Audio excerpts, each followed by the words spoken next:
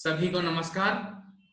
अब हम स्वराज की नींव पाठ का तीसरा भाग देखेंगे कि ये पाठ देखने से पहले भूल मत जाइए कि मेरा चैनल जो है मंत्र मल्लिकार्जुन नाम से है, उसे सब्सक्राइब कीजिएगा ताकि आप बहुत सारे वीडियोस पा सके।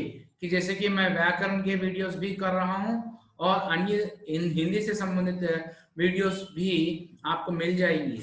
तो भूलिएगा मत, मंत्र मल्लिकार्जुन नाम से जो है चैनल सब्सक्राइब कीजिएगा और कमेंट्स भी कीजिएगा।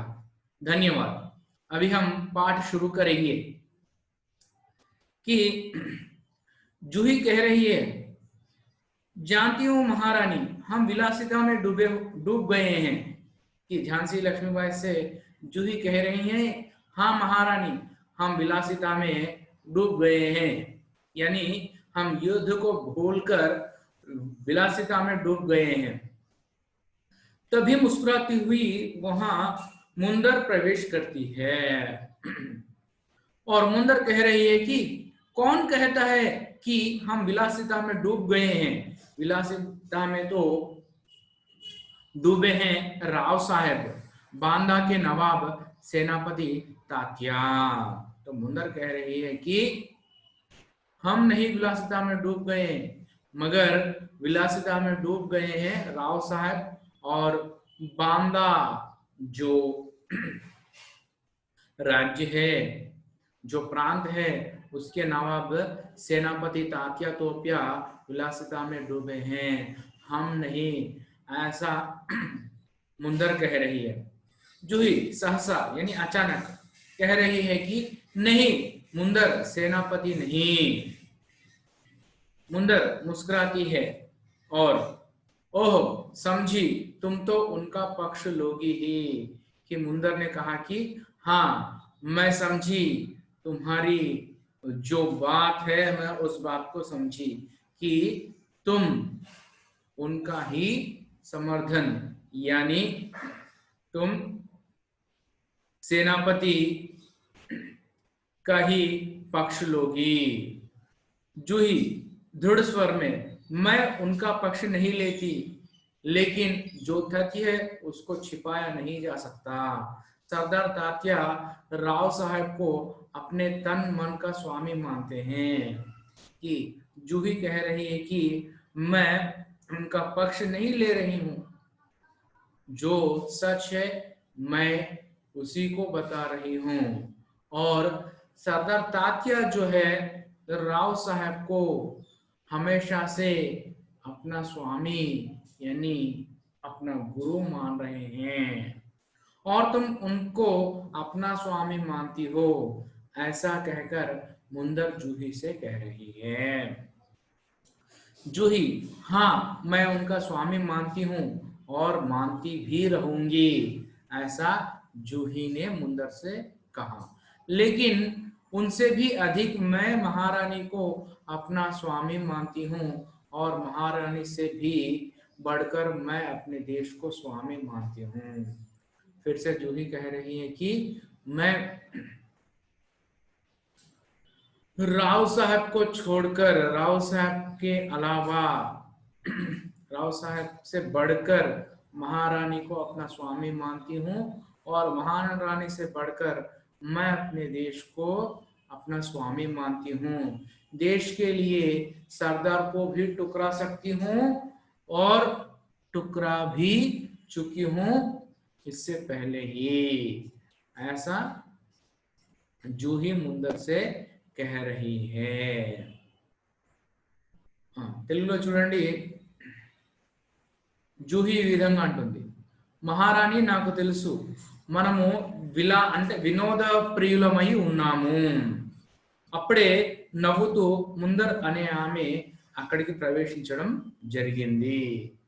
ముందర్ ఈ విధంగా అంటుంది, మనము వినోదంలో మునిగి తేలలేదు అని ఆమె అంటుంది. వినోదంలో మునిగినది ఎవరు అంటే నవాబ్, బాందాకే నవాబ్ సేనాపతి తాత్యా. తాత్యా అనే ఆయన ఎవరైతే బాందా ప్రాంతానికి నవాబ్ ఉన్నారో ఆయన ఈ వినోదంలో మునిగి తేలుతున్నారు. అప్పుడు జూహి అంటుంది, సహసా అంటే అచానక్, అచానక్ అంటే హఠాత్తుగా, ఈ విధంగా అంటుంది, నహి ముందర్ సేనాపతి నహి, ముందర్ సేనాపతి కాదు. మళ్ళీ ముందర్ అంటుంది, ముస్కురాతి హుయి, నవ్వుతూ అంటుంది, ఓ సమझी तुम तो उनका पक्ष लोगी ही. ముందర జూహిని అంటుంది ఏమని, నీవు సేనాపతి యొక్క పక్షం వహిస్తావు అంటే ఆయన వైపున నువ్వు ఉంటావు, ఆయన తరఫున నువ్వు మాట్లాడతావు అని అంటుంది. జూహి, मैं उसका पक्ष नहीं लेती लेकिन जो तथ्य उसको छिपाया नहीं जा सकता. నేను ఆయన పక్షాన్ని, ఆయన వైపున మాట్లాడట్లేదు, కానీ సత్యం ఏదైతే ఉందో దాన్ని ఎవరు కూడా దాచిపెట్టలేరు. सरदार तात्या राव साहब को अपने तन मन का स्वामी मानते हैं. తాత్యా రావ్ సాహెబ్ ని తన మనస్సు,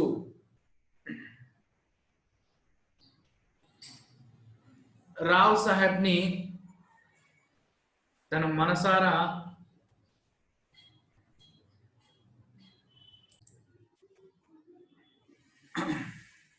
నీవు ఆయన తరఫున మాట్లాడతావు అని చెప్పి జూహి ముందరతో అంటుంది. అప్పుడు జూహి, అవును, నేను ఆయన వైపు ఏమి మాట్లాడట్లేదు, నిజం ఎటువైపు ఉంటే నేను అటువైపే మాట్లాడతా. అయినా సర్దార్ తాత్య రావ్ సాహెబ్ను ఎప్పుడో తన స్వామిగా స్వీకరించారు. ముందర్ జూహితో మళ్ళీ ఈ విధంగా అంటుంది, और तुम उनको अपना स्वामी मानती हो, మరి నీవు ఆయనను స్వామిగా స్వీకరించావు కదా. जूही, हाँ मैं उनको अपना स्वामी मानती हूँ और मानती रहूंगी, लेकिन उनसे भी अधिक मैं महारानी को अपनी स्वामी मानती हूँ और महारानी से भी बढ़कर मैं अपने देश को अपना स्वामी मानती हूँ. हाँ, నేను ఆయనను నా స్వామిగా స్వీకరిస్తాను, కానీ అంతకంటే ముందు నేను మహారాణిని స్వామిగా స్వీకరిస్తాను. మహారాణిని మించి కూడా నాకు ఈ దేశమే స్వామితో సమానం, భగవంతుడితో సమానము. ఈ దేశం తర్వాతే నాకెవరైనా. దేశ్ కే లియే సర్దార్ కో భీ టుకరా సక్తి హూ, దేశం గురించి ఆ సర్దారుని నేను తిరస్కరించాను. ముందర్ సప్పకాకర్, జూహి तू तो नाराज हो गई, मेरा यह मतलब नहीं था, मैं तो केवल इतना ही कहना चाहती थी कि जब तूने उन्हें अपना स्वामी मान लिया है तो उन्हें रोकती क्यों नहीं. तो मुंदर फिर से कह रही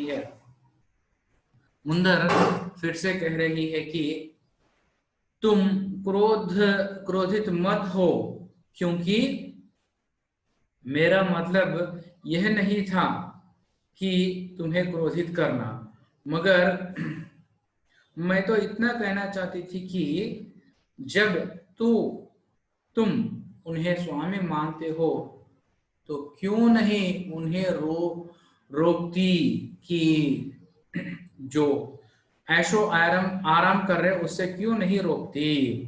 लक्ष्मीबाई, जूही ने उन्हें रोका है मुंदर, मैं जानती हूँ जब राव साहब के कहने पर तात्या इसे नाचने के लिए बुलाने को आए थे तो इसने उनकी बुरी तरह दुत्कार किया था.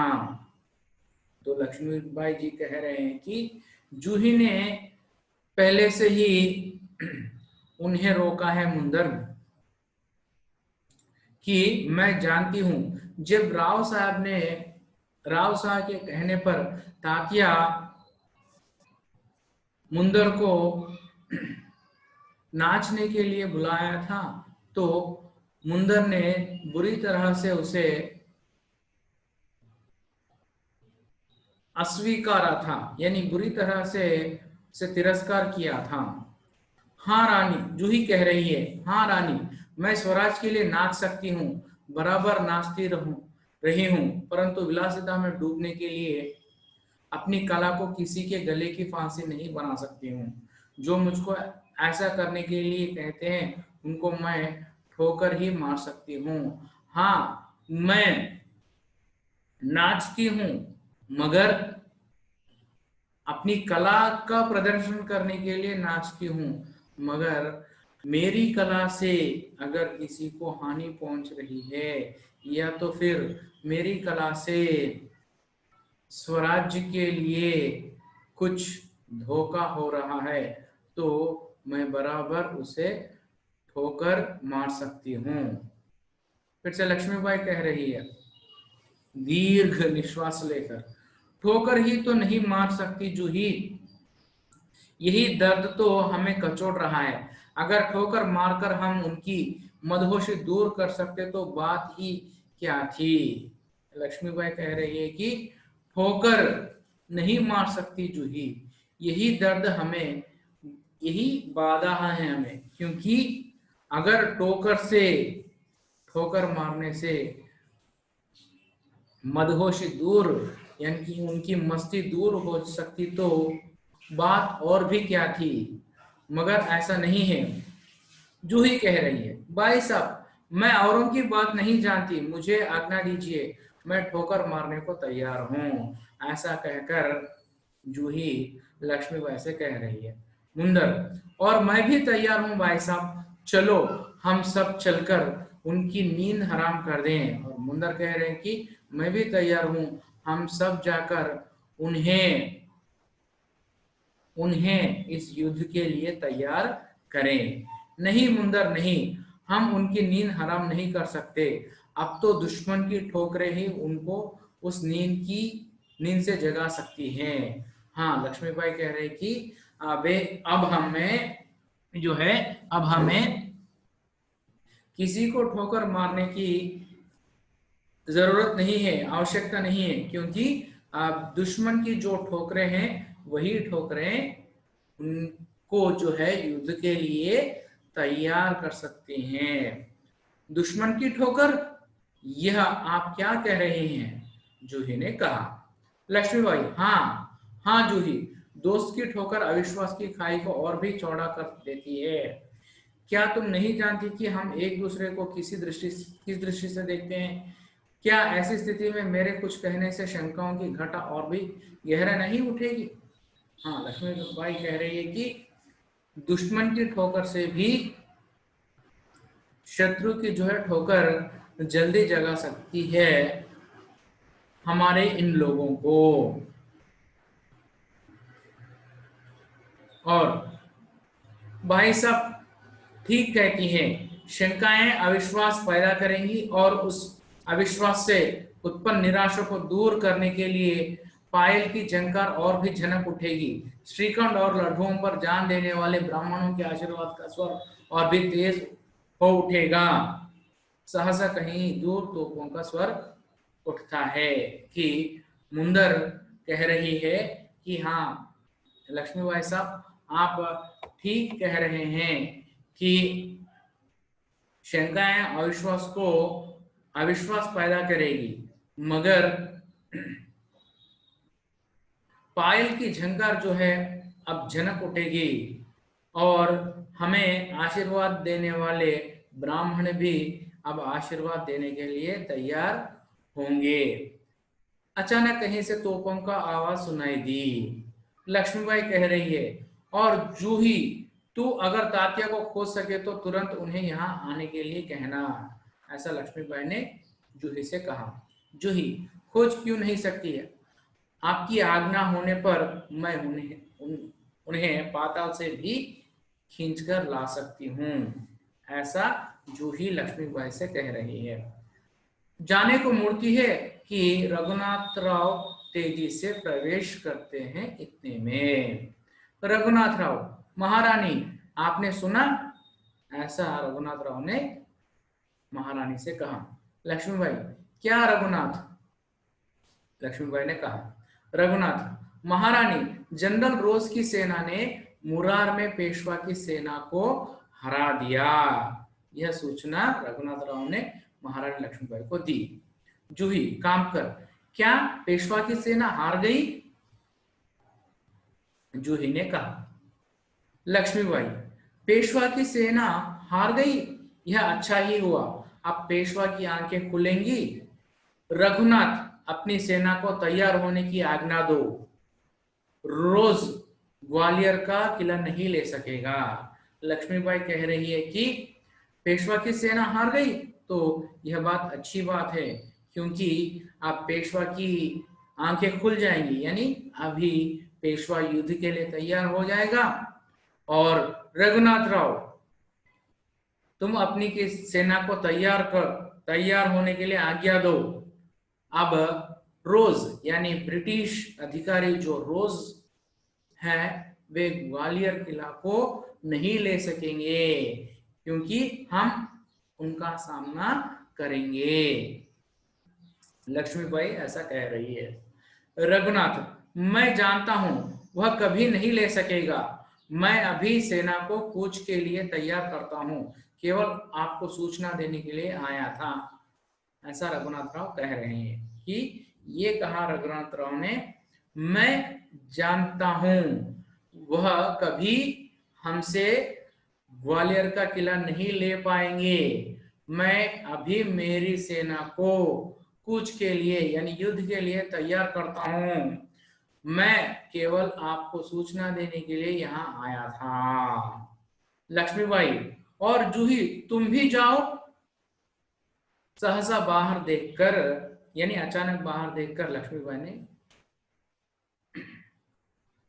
नहीं, लक्ष्मीबाई कह रहे कि और जूही तुम भी जाओ, ऐसा कहा है। फिर बाद में अचानक बाहर देखकर कहा फिर से कि लेकिन ठहरो, शायद सेनापति तात्या इधर ही आ रहे हैं। जूही बाहर देखती है और कह रही है कि देखकर कह रही है कि जी हाँ, ये तो सरदार तात्या ही है, कहकर जूही ने कहा है। सरदार तात्या का प्रवेश होता है इतने में। लक्ष्मीबाई, कहिए सरदार तात्या, आप आज इधर कैसे भूल पड़े हैं, यानी आप इधर कैसे भूल से आए हैं। तात्या ने कहा है, भाई साहब, मैं किसी के लिए सरदार हो सकती हूँ, पर आपके लिए तो सेवक ही हूँ। ऐसा मुझे सरदार कहकर शर्मिंदा मत किया करो, कहकर तात्या ने लक्ष्मीबाई से कहा है। लक्ष्मीबाई, इतने बड़े सेनापति को इस प्रकार एक नारी के सामने झुकते लज्जा नहीं आती? कि लक्ष्मीबाई ने कहा कि आप इतना महान सेनापति होकर, इतने बड़े महान सेनापति होकर एक स्त्री के सामने झुकते हुए आपको लज्जा नहीं आती? खैर छोड़ दो इस बात को। यह तुम्हारी विनम्रता है कि मुझसे जो कह रहे हो वह तुम्हारी विनम्रता का प्रतीक है। छोड़ दो, उन बातों को छोड़ दो। लेकिन यह तोपों की आवाज कैसी आ रही है, कहां से आ रही है, कहकर लक्ष्मीबाई तात्या से पूछ रही है और कह रही है कि कौन सा उत्सव मनाया जा रहा है। शायद चाटुकारों में जागीर बांटना अभी खत्म नहीं हुआ। कि लक्ष्मीबाई तात्या को शर्मिंदा करते हुए कह रही है कि शायद चाटुकारों में जागीर बांटा जा रहा है, इसीलिए ये आवाजें सुनाई दे रही हैं। तात्या कह रही हैं, भाई साहब, आपको हमें लज्जित करने का पूरा अधिकार है, यानी हमें शर्मिंदा करने का अधिकार आपको पूरा है, मगर हम इसी योग्य है। लेकिन जो कुछ हो रहा है वह आप जानती ही हैं। आप जानते हैं कि सच क्या है। आप जो मुझे शर्मिंदा कर रहे हैं उसके लिए मैं किसी प्रकार का अपमान का अनुभव नहीं कर रहा हूं, मगर अब जो स्थिति है उसे आप समझिए। लक्ष्मीबाई, शायद ब्रह्मभोज के उपलक्ष्य में ये तोपें चल रही हैं। श्रीखंड और लड्डुओं के लिए घी शक्कर की कमी तो नहीं पड़ी। ऐसा कहकर लक्ष्मीबाई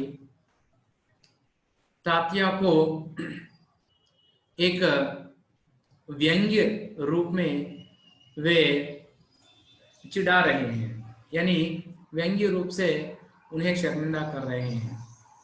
जूही, सरकार, इस बार इनको माफ कर दीजिए। जूही कह रही कि महारानी जी, इस बार इन्हें माफ कर दीजिए, क्षमा कर दीजिए। तात्या, उग्र होकर, भाई साहब आप यूं कब तक फटकारती रहेंगी? तात्या कह रहे हैं कि मुझे कब तक ऐसा कहते रहेंगे आप? अब तो हमें युद्ध के लिए जाना होगा। लक्ष्मीबाई, तो मैं भी तैयार हूं तात्या, तुमसे मुझे बहुत आशाएं थी, तुम्हारे कह रहते यह सब क्या हो गया? कहकर लक्ष्मीबाई कह रही है, जूही सरकार ये स्वामी भक्ति है, स्वामी भक्त है। लक्ष्मीबाई, लेकिन आज हमें देशभक्तों की आवश्यकता है। खैर अब भी कुछ नहीं बिगड़ा, अब भी बहुत कुछ किया जा सकता है। लक्ष्मीबाई कह रही है कि देशभक्तों की जरूरत है हमें इस समय, तो हम सब अब देशभक्त बनकर देश के लिए लड़ें और लड़ने के लिए तैयार हो जाएं।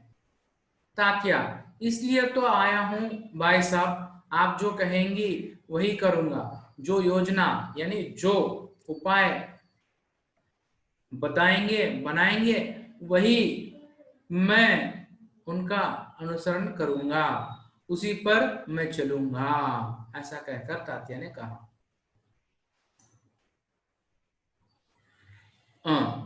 तो जाओ तलवार संभालो, नुपुरों